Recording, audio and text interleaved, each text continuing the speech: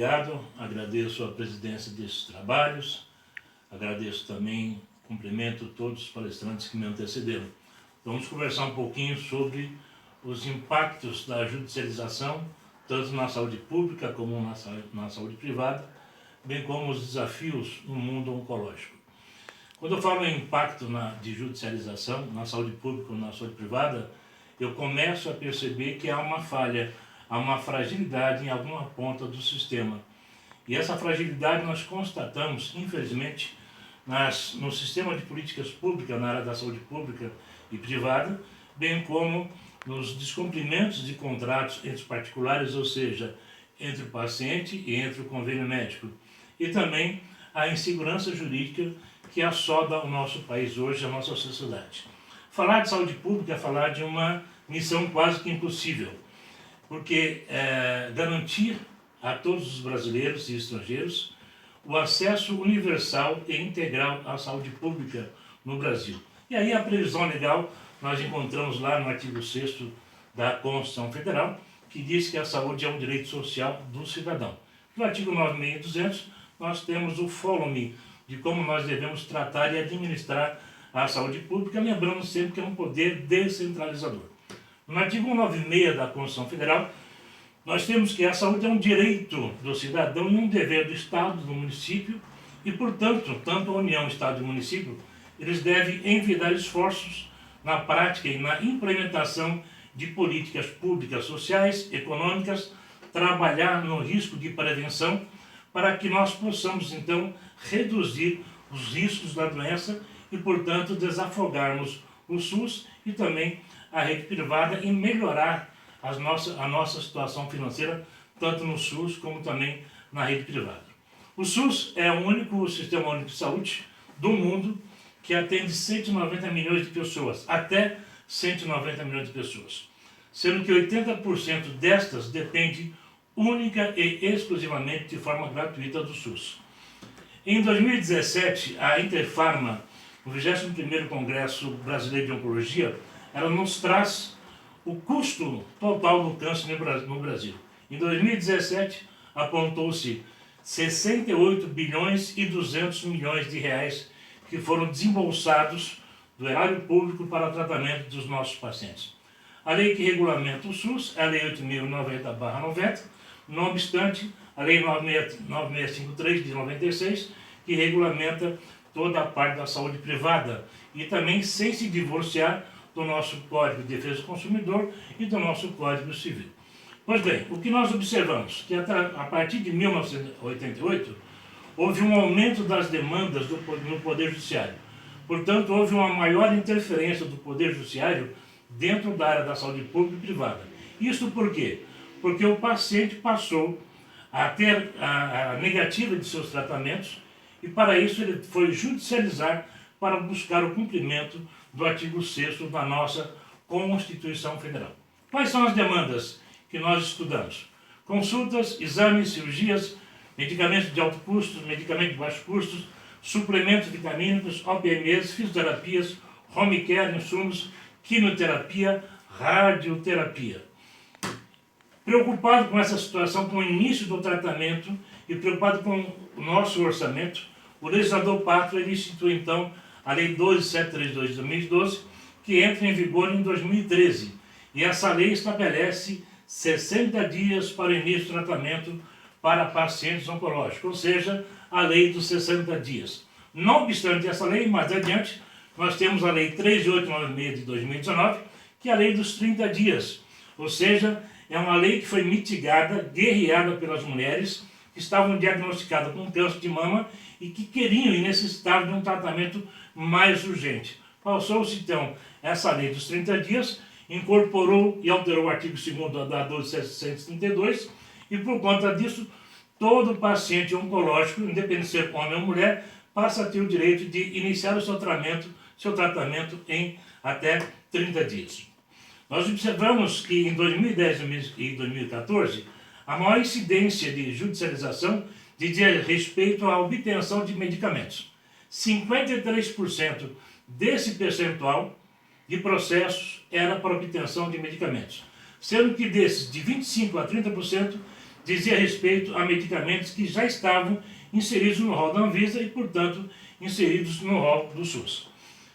Em segundo lugar, despontam os pleitos para exames laboratoriais, diagnósticos de imagem. Em terceiro lugar, internações e cirurgias.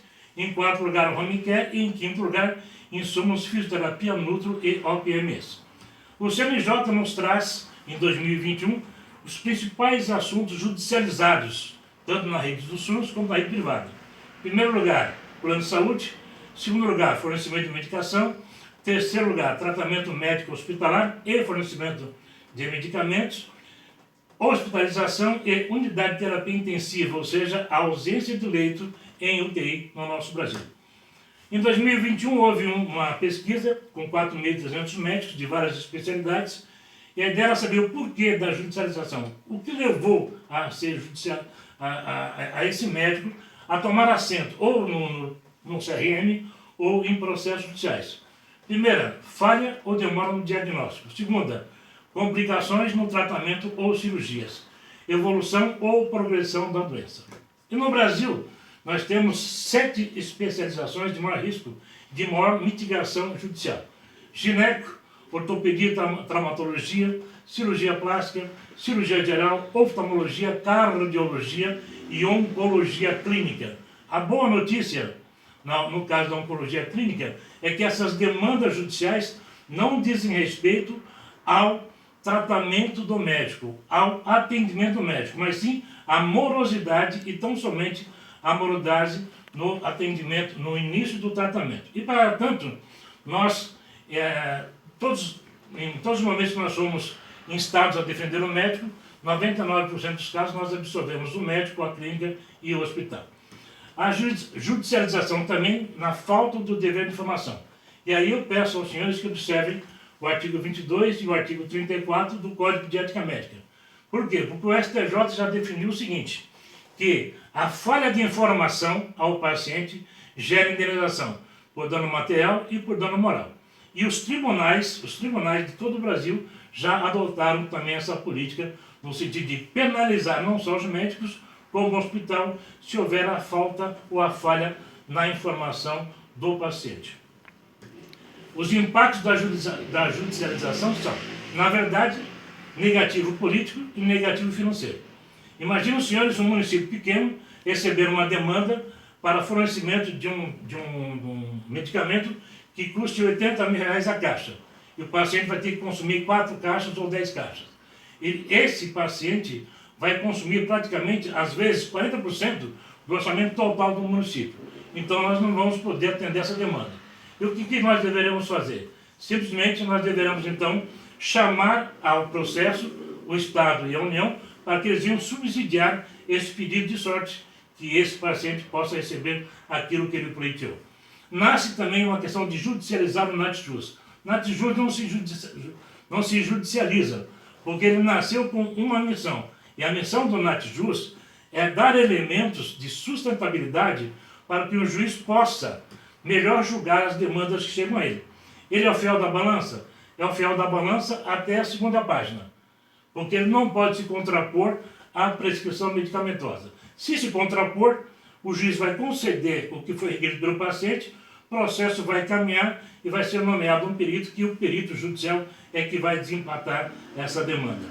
Quais são os efeitos negativos da judicialização?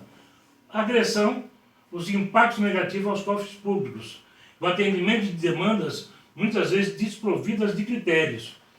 E qual é o ponto positivo que nós vemos nisso aí?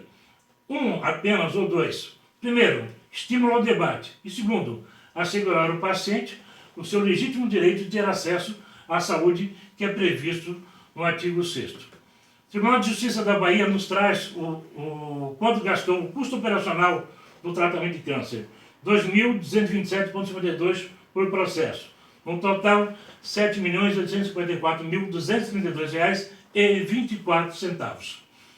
Por ano, os municípios do Estado de União gastam 7 bilhões para cumprir determinações judiciais. De 2010 a 2016, aumento de 1.010% nas demandas. Em outubro de 2016, 751 milhões foram destinados para o cumprimento de sentença. Estados que mais demandam são Minas Gerais, Santa Catarina, Rio de Janeiro, São Paulo e Rio Grande do Sul. Quais são os desafios agora para a oncologia?